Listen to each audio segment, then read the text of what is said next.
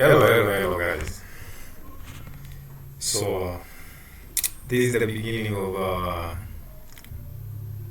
beginner full Python course.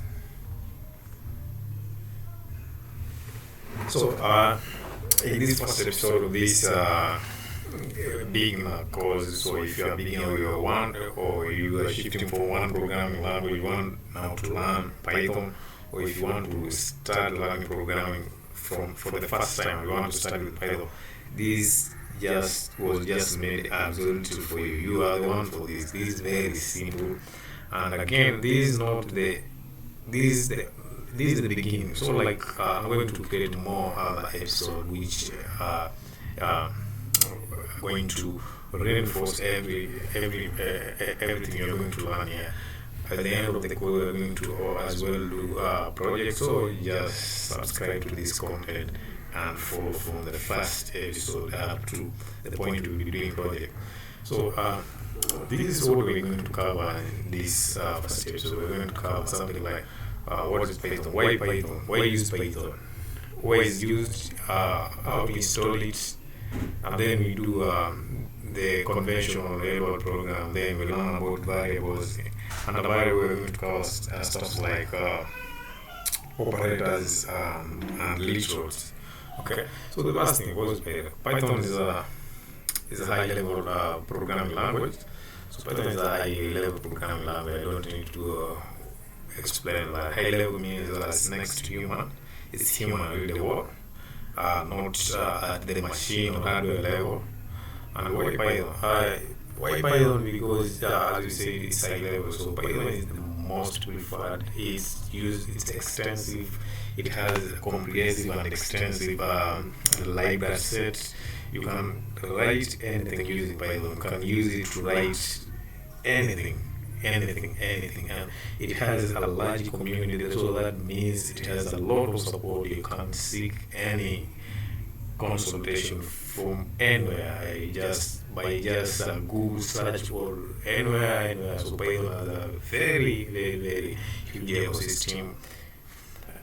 Next way is used because Python is very expensive, a very rich library. That means it has a lot of application.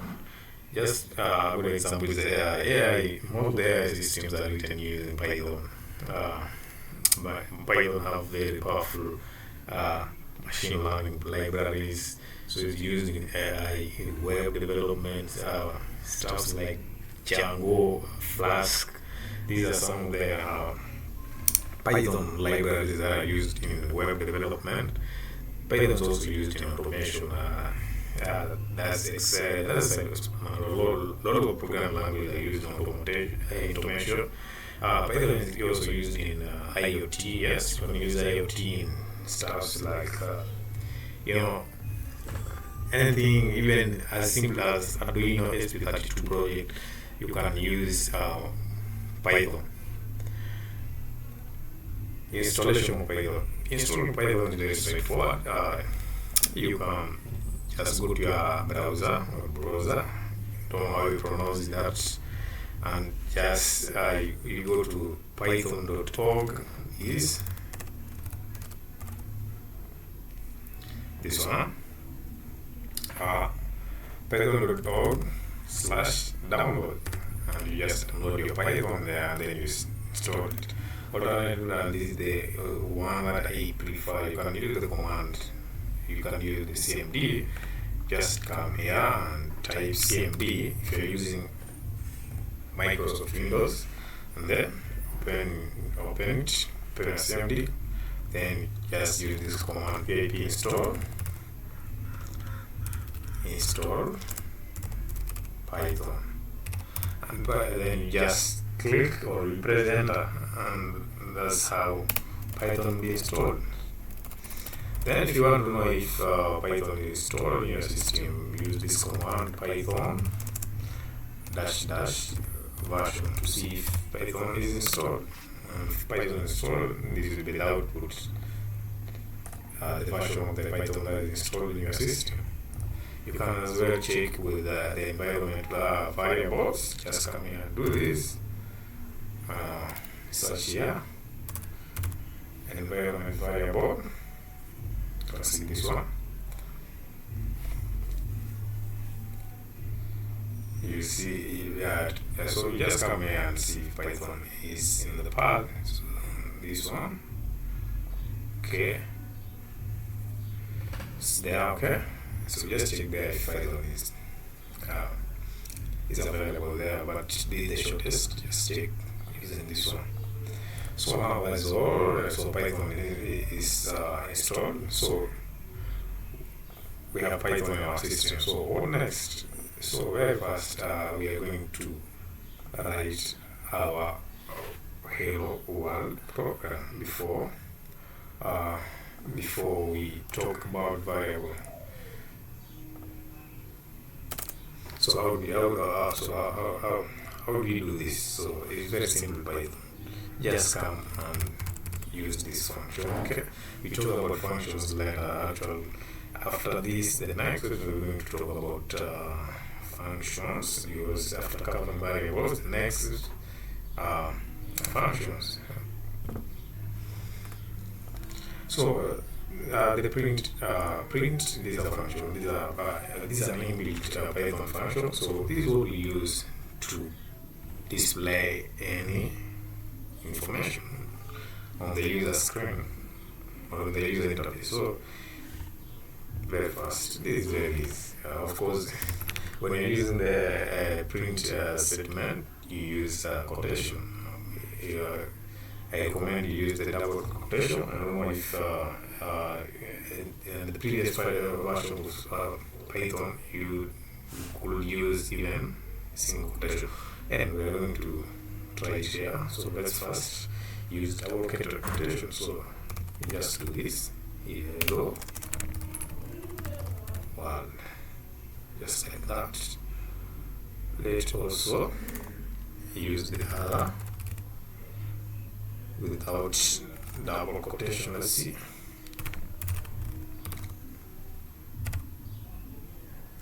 Hello world.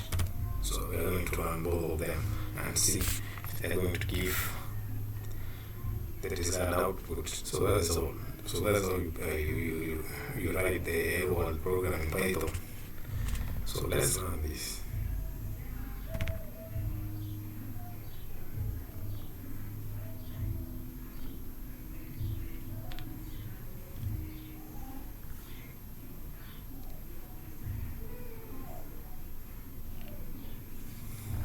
So you can see.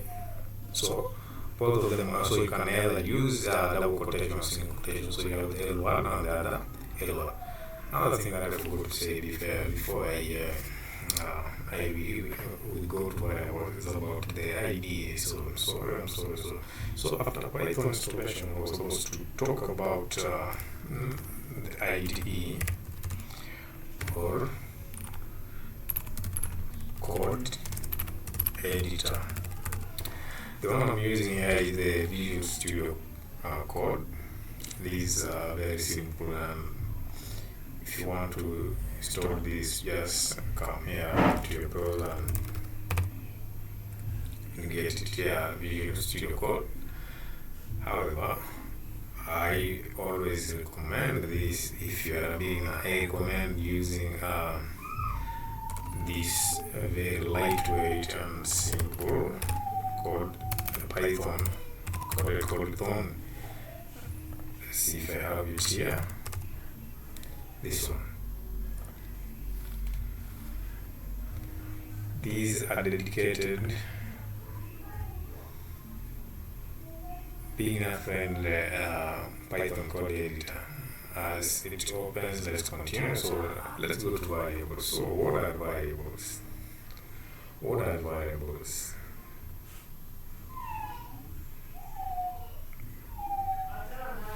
So I think the best explanation of variables in programming is to treat them like containers or a bag, something that is used to store something.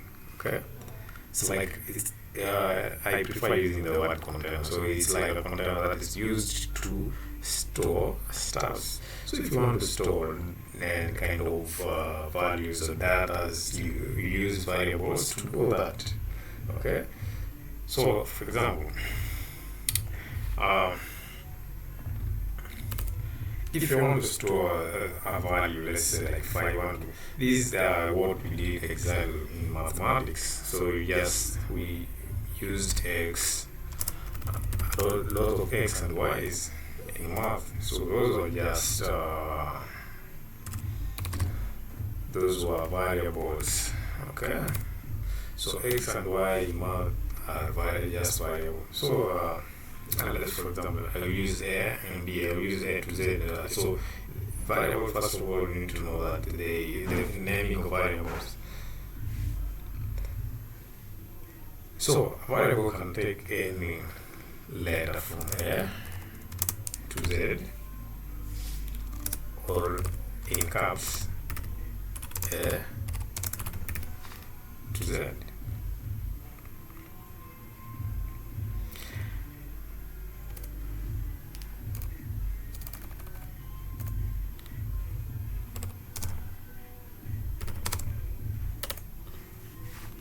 Okay.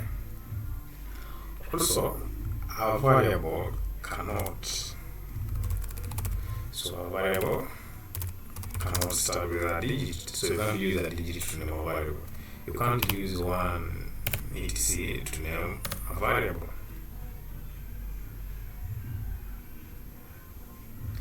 You can use words to name a variable. For example, you can say something like, you can have something like salary.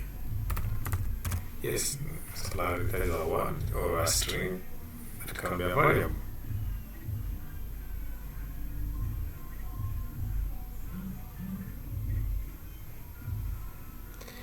You can as well use a combination of a word and underscore, something like, you can do this as still a variable, this still a variable, but you can't say salary one. So if you want to combine two words to create a variable, a word and a digit, you have to use the underscore to combine them. For example, you can do this: my salary is not a variable. However, my salary is a variable. Same case with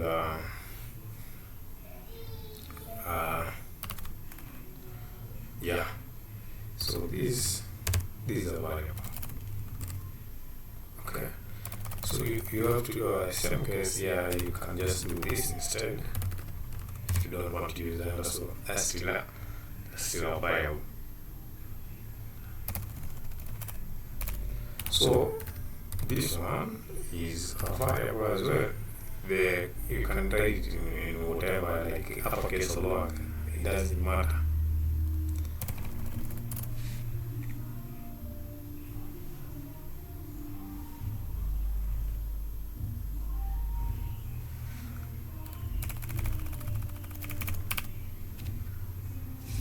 So let's now create. So let me put this statement. For example, if I say, let me use x. Let me say x equal to 7. For example, if I say that, you can see that's a complete Python statement. By the way,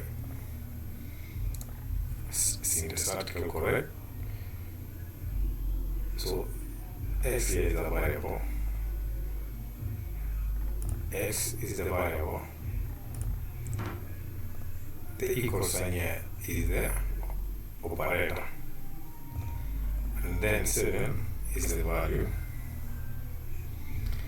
or we call it a literal. Okay, so x is the variable, this is the operator, and this one is the literal. Can create another variable y and give it 5, for example. Same case. So I want us to do something at least that will reinforce this. So let's create another variable c, and then we give it the summation. Say x plus y, simple. And then let's display this. Remember we said the print function is used to display the whatever it's used for displaying. So what will the output of this? The output of this will be we will have three output. This is the first output, second output, third output. In short, as we said, print is used to display, and so we have three displays: this one, this one, and this one. However, I will talk about comment before we run this program, okay? Because I don't find it necessary to display this again. As you can see here, so comments in Python are used to like kind of it's like the information that explains what that line of code does. That's basically what general order comment mean in the in the literal world. We use comments like an explanation. It's like kind of a notification. It's like a highlight. Okay, you're highlighting something, as you can see. So in Python, we use hash to write comment. So anything that comes after, anything that is preceded by the hash becomes a comment. Okay, and most comments in any programming language are usually ignored by the compiler or interpreter or whatever, depending on the language. Okay, so they don't affect the program. So I want to put this, I want to comment them, so I'll just put this so that I disable them. Another function of a comment is when you want to, you can use comment as a debugging. Comments are good when you're debugging, because let's say you doubt or you are certain about a certain line of code that you want to see if you disable it, maybe the code is going to behave as you intended. So instead of just deleting the line of code or deleting that block of code, you can instead comment. Then we have two types of commenting. We have the one-line comment where we are using this, and then we have the multiple line comments, multiple lines comments. Okay, so for example, this hash is used to comment on a single line. However, if you want to comment on a block of line, you can use quotation. So you use triple quotation. Okay, so for example, let me comment on this entire block from this line. So just do this. You can either use a single line quotation or something like that. So that's commenting. You can as well use double quotation 3 times.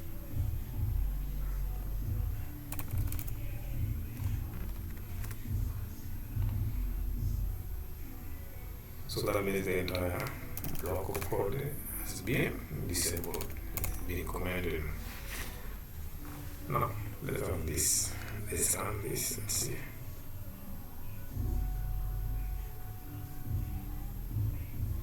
We only need to see a 12, nothing more than that. So you can see here, we have a 12 here. Now, so the variable we have created so far, we just had we had 7 here, we had 5, which are integers. Okay, but variables can carry any. You can have something like let me have a binary, something like that. Okay,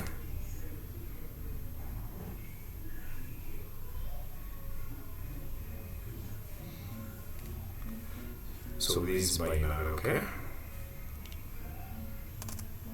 Let me put a comment here and say. So a variable can carry any kind of data. By the way, you don't need to let me have an octal.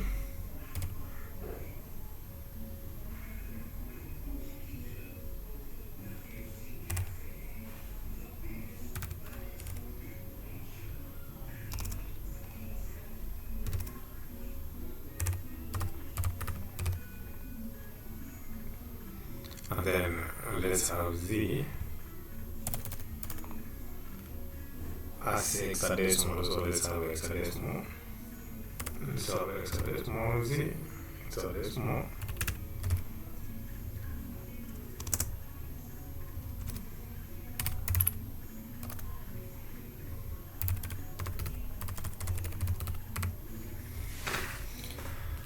So I say they can carry any data type.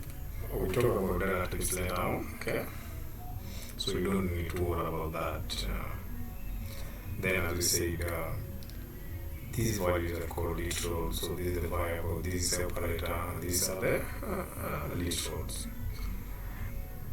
Also, let me talk about literals. We can have we can also have string types. So apart from hexadecimal integers, we can have strings. So we'll talk about strings later on in a different way, because we have strings in Python, so we're going to talk about it later on. We are going also to have this, so let me talk about the Boolean type. So the variables have another variable like let me use air. So we also have the Boolean literals, so it can be, we have these true or false. Okay. You can see it's highlighted. That's how the Boolean true is supposed to be written. If you write anything like this, that's going to bring an error. So the Boolean true in Python is written like this. Okay, that's how you. And then of course we have the Boolean false. So we can also have this. We are going to discuss all this later on in details and how we are going to use them. Okay, so